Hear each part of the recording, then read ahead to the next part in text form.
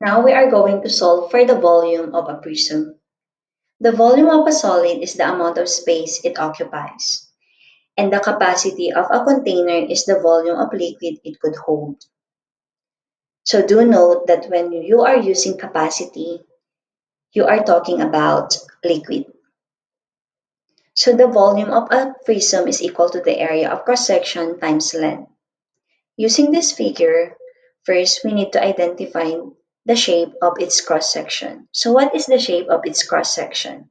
Very good. It's a triangle. And what is the length of this particular prism? Very good. It's 22 meters.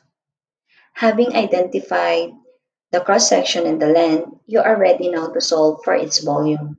Using the same figure, let us solve for the volume. Do note that the area of a triangle is equal to 1 half base times height because the shape of the cross-section is a triangle. Now we are ready to solve for the area of the cross-section, which is equal to 1 half base times height, and the base is 24 meters, times the height, which is 7 meters, which is equal to 84 square meters. Then the length is equal to 22 meters, so therefore the volume is equal to the area of the cross-section times the length, which is equal to 84 square meters times 22 meters. So what is 84 times 22? Very good. It is equal to 1,848 cubic meters. So take note that when we are talking about volume, it is always expressed to the third power. Now let us have example number 2.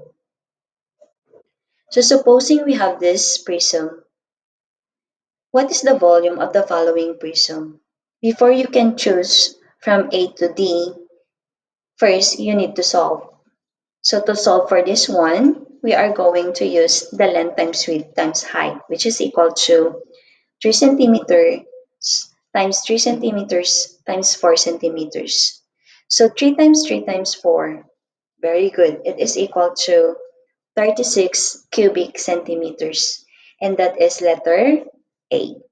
It it cannot be letter C because it is to the power of 2. So always remember, volume is to the power of 3.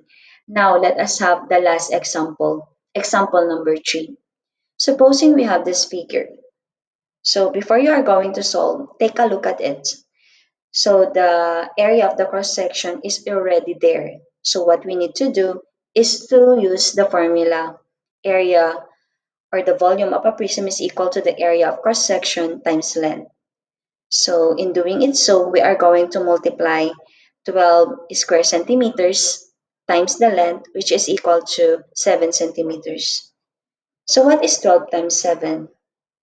Very good. It is equal to 84. So therefore, the volume of this prism is equal to 84 cubic centimeters.